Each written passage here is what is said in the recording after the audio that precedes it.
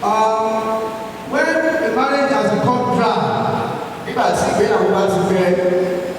what we call the romance has gone.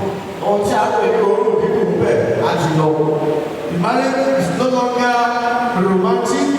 The couple now live as landlord and tenant or as co-tenants.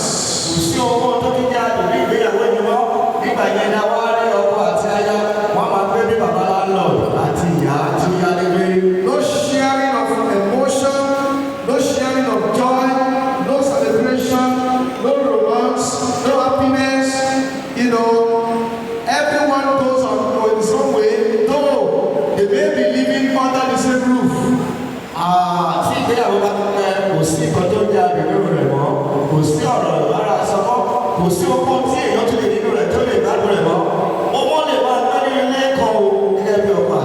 No eating together, no baking together, no joy, no communication, no discussion.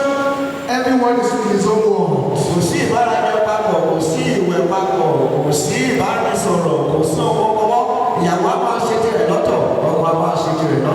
When there is success, the other one doesn't celebrate, his partner's success. No sharing of grief, no feeling of fulfillment in dry marriage.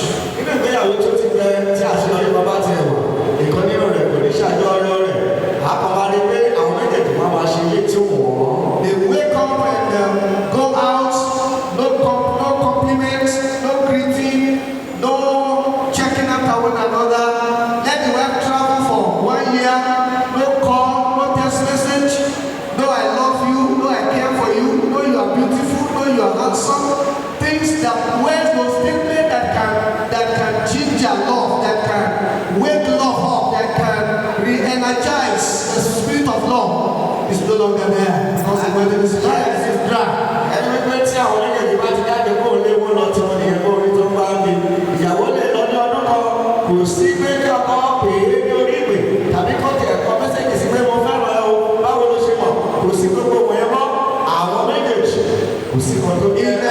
In the time of sickness, no caregiving, no attention. Whether the husband is sick, the wife doesn't care. She doesn't even know how the wife will get better. She doesn't want to know anymore because the marriage is dry.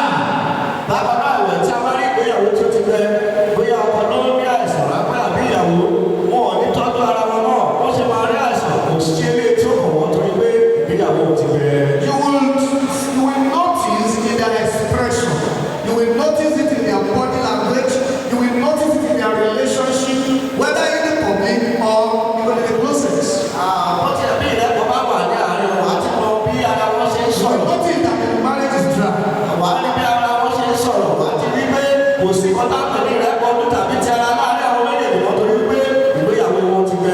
And when the dryness is allowed to continue, it may result into domestic violence on occasions. Interest has gone, no bond again.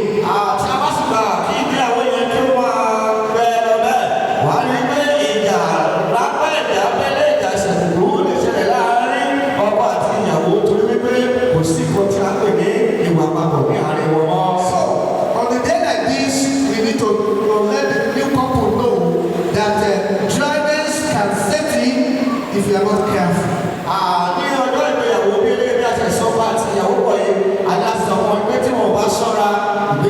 Because marriage is not like an automatic vehicle. After when you start the engine and you put it on drive, it will be going by yourself. Marriage is not like that. Marriage is a manual engine.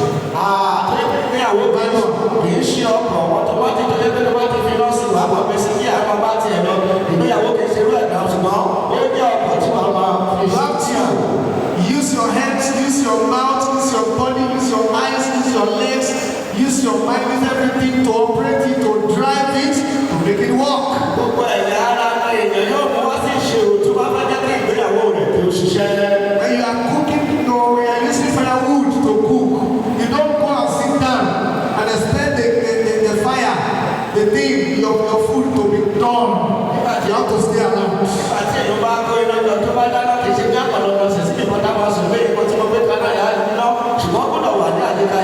have to be dressing the fire, dressing the wood, so that you achieve your purpose. Don't think that because you are beautiful, because you are handsome, things will be working out. You have to work and labor to make your marriage fresh.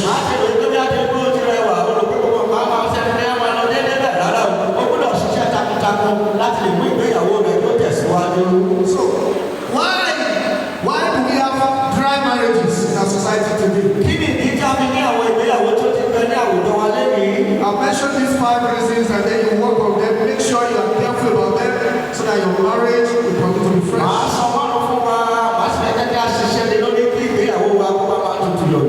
The Bible says, let the husband render to his wife the affection due her, and likewise also the wife to her husband.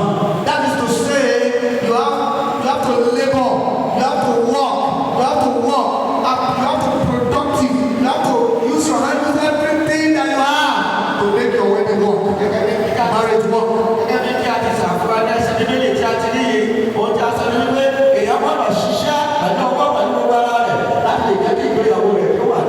Number 1, you have to keep the initial love.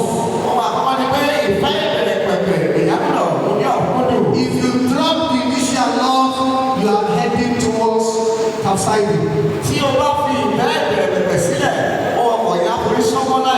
When you saw her, when you saw you, something came to your mind, something drew you, something changed in your spirit. There was this bond, there was a word you had in your heart. Where is that word? I understood.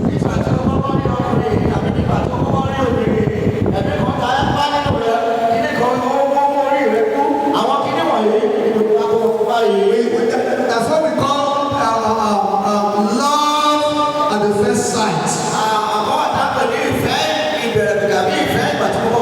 The first day you saw this woman, your body did from the head to the toe. There was a vibration. There was a shaking. That shaking should not be allowed to go away. That is the power that ignited you, that connected you to that connected you with him.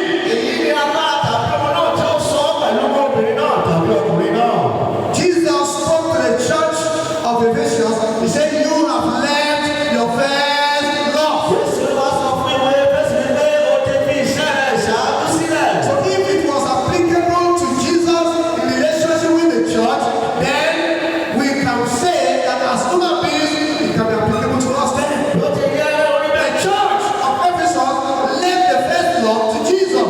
And so relationship between Jesus and the church became dry.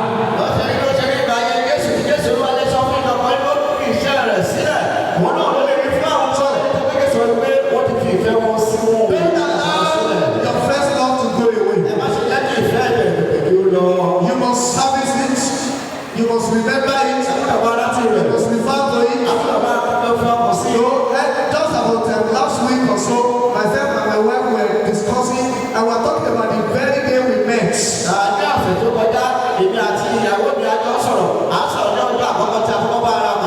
It was like a joke. We were just cracking joke. We were making jest of one another. When I saw you, you know the kind of thing you took there. Even the cloth I wore on the day my wife first saw me still in my wardrobe. Even though it's very old, but I'm keeping it because as long as I see the cloth, I remember the day.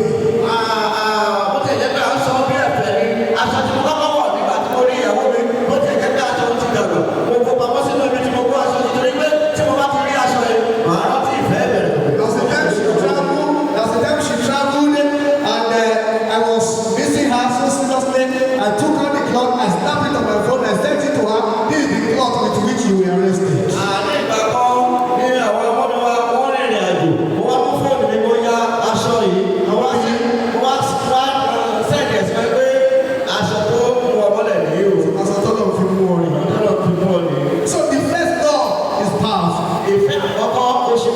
Number two, you have to make sure you don't neglect the initial attraction.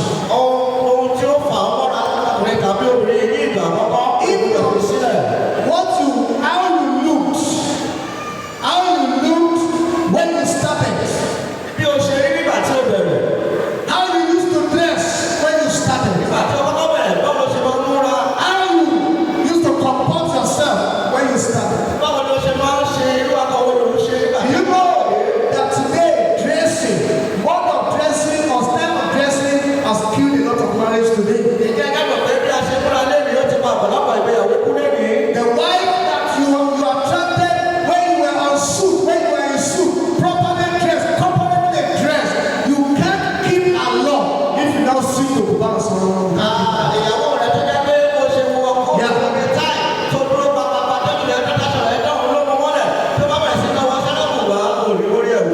So you need to discuss about it, keep it and keep it fresh. And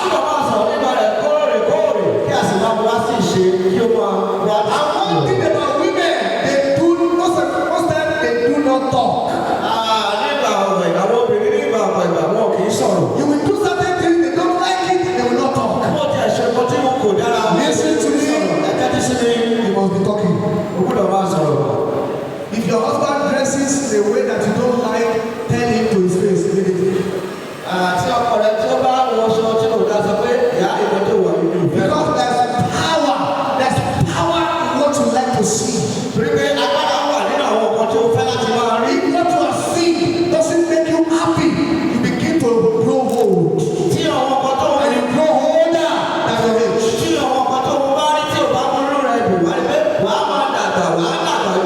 And there will be this anger. This anger will be coming to you, will be developing from you towards your husband. And the devil will take advantage of it.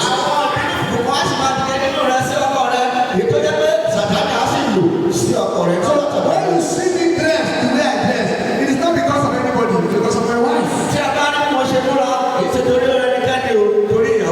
Because if I lose my wife, I don't know what else you can present to me in this world.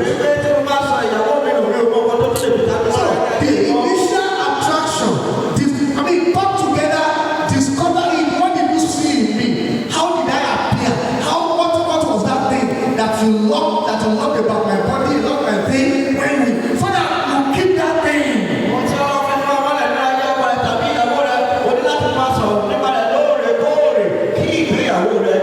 And if there's any reason why certain things should change, there must be discussion. Do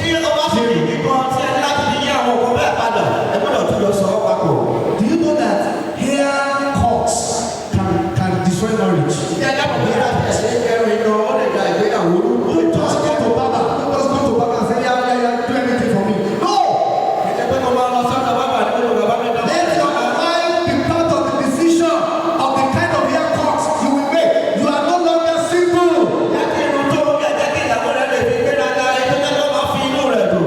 If my wife doesn't permit me to go to Baba, I don't go. When I saw me, I sought for permission before I went to Baba to do it. That was the kind of what I did. When she saw me, she said, why do you look like you don't even know what to look like.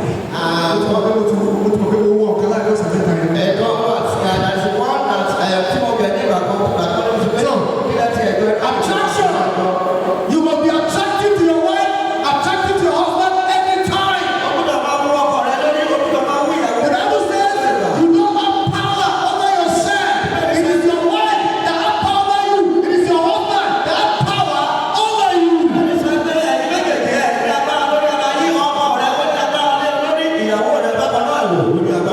Number three, you have to watch the mentality with which you have been running your life in the past.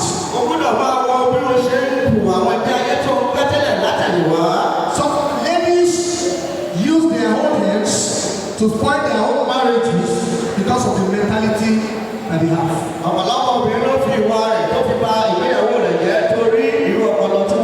So there are things you have been taught, even by your mother or your father, about marriage that may not be applicable in your own marriage.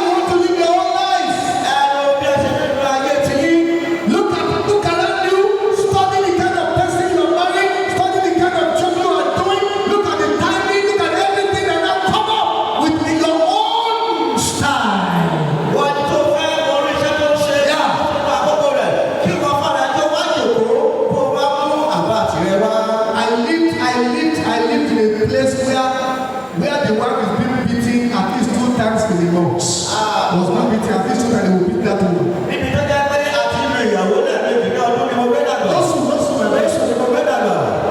I mean, at least 2 times a month there must be a chaos. I have spent almost 30 years in marriage now. I've never beaten my wife in once. So, certain things you saw, certain things you learned, certain things they did before you does not mean that that is what you should continue with. You are a unique person. You are not a carbon copy of anyone.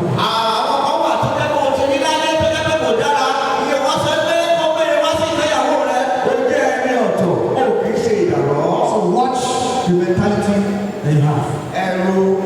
If there's any mentality that you have that is not according to the scriptures, please take it away. Delete it from your brain.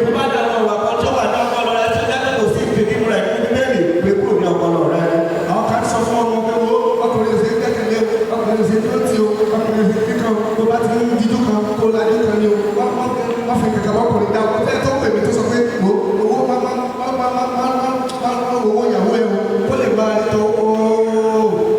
everybody that is teaching you has a little element of selfishness in his teachings.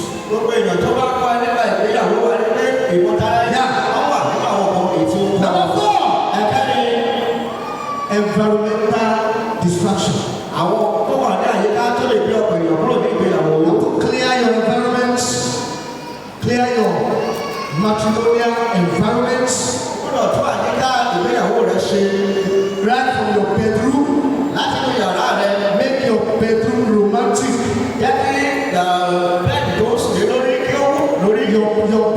Your bedroom must be romantic. Arrange it in such a way that you will love to be there.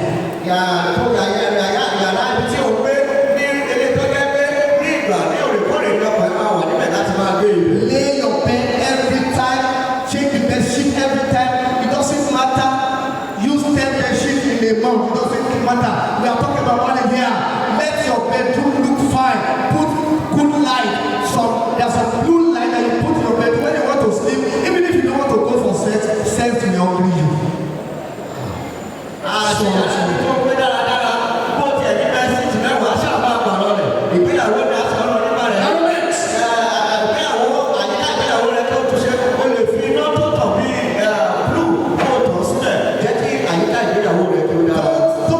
Don't engulf yourself with relatives. You are too young now. This wedding is too young for you to have Apollo, my daddy. All of them are around you. Your marriage will crash.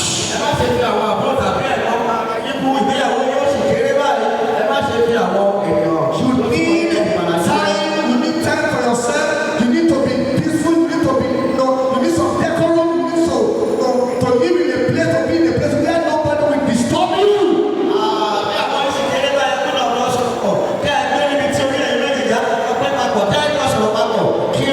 Don't allow your younger brothers to come in around now. Sometimes it pays you to give money to somebody, your galaxy, and go somewhere to go material, and just help marriage.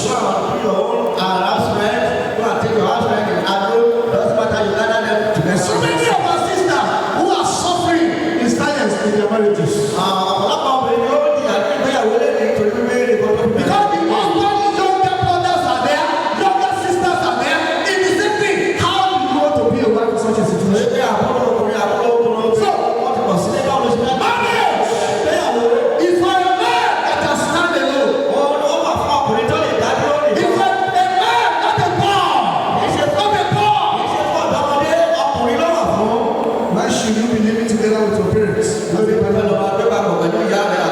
talking about make sure you clear your environment and make it free for yourself.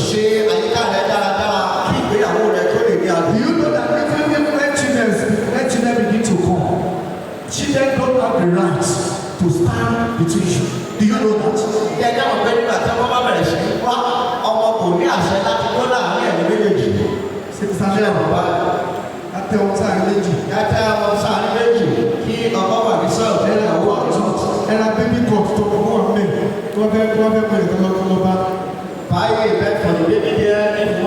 Little things about separation.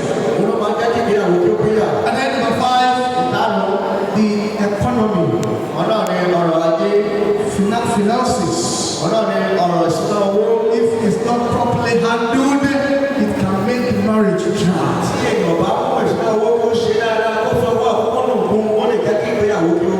Some people believe that the wife is a liability, the wife is a load that the husband has to carry.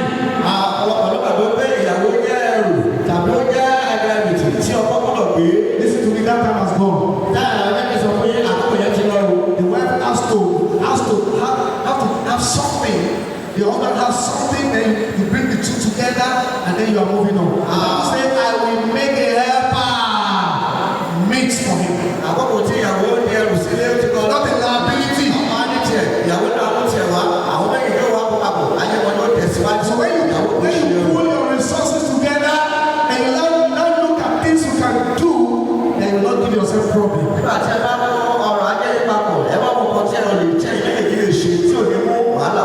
Don't compare your own life with somebody else's life. Don't compare your marriage with someone another marriage. Don't lay your hands on project that you cannot finish in the next 20 years. According to your clothes. You have the right to live the kind of life you want to live. Nobody can force his own opinion over you.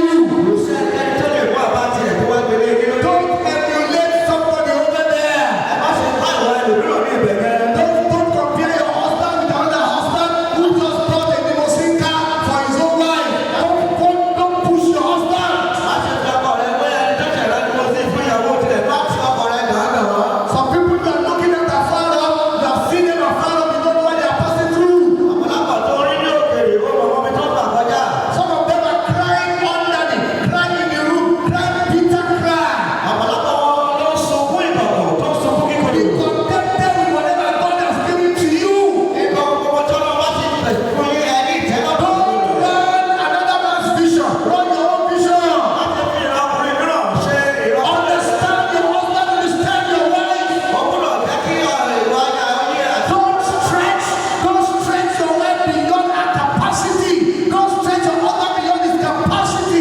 Understand the limits of your capacity.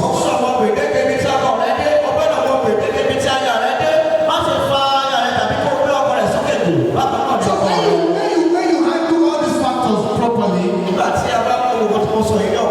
will see that your family will be fresh. Your marriage will be fresh. It shall go with you. This is not only for the new couple, it's for all of those that are seated here.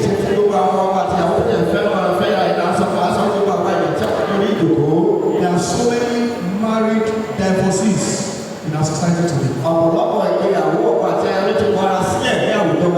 And they are still living together anyway. But we know that they are divorced. They are nothing in common anymore. Nothing. Even the children are taking, the children have been divided into two. Some with the mother, some with the father. APC, PDP. If you are here, you can return to the former law. You can return to the first law. Your marriage can come up again. Your love can come up again. Because tribals shall live again and can live again. You want to stand up now? Thank God. You stretch your hands toward these people. Say, God, this marriage will be evergreen.